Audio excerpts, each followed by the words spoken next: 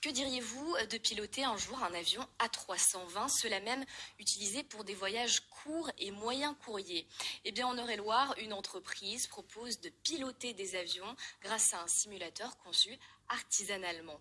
Tout est fait sur place, décollage immédiat avec Corentin Ledréan et Lani Meina Aotao.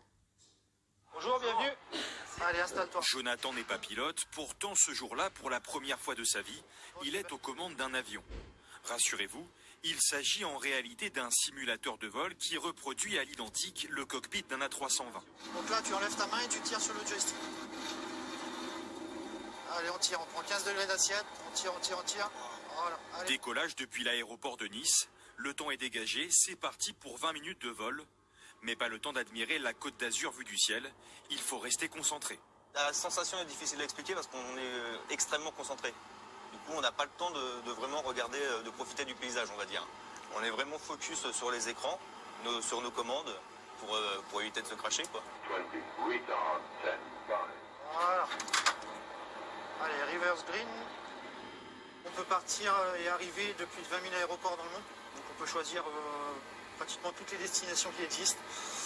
Niveau météo, on est capable de voler en météo réel, en temps réel. Pour construire un simulateur comme celui-ci, il faut entre 7 et 8 mois de travail.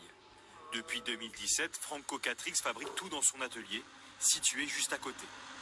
Ça vous donne un plastique, mais qui est peint complètement. Et après, ça repasse dans la graveuse laser où on va en fait regraver par-dessus la peinture pour faire réapparaître le plastique.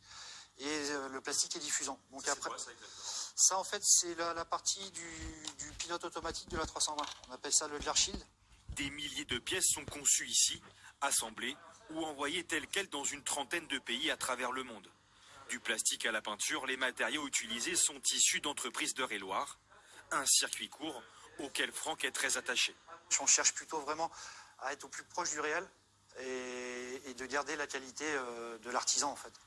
Donc c'est pour ça qu'on préfère la qualité à la quantité. Parmi ses clients, des particuliers, des écoles et des formations professionnelles, et depuis peu, l'industrie du divertissement. Franck a collaboré avec 3 séries télé.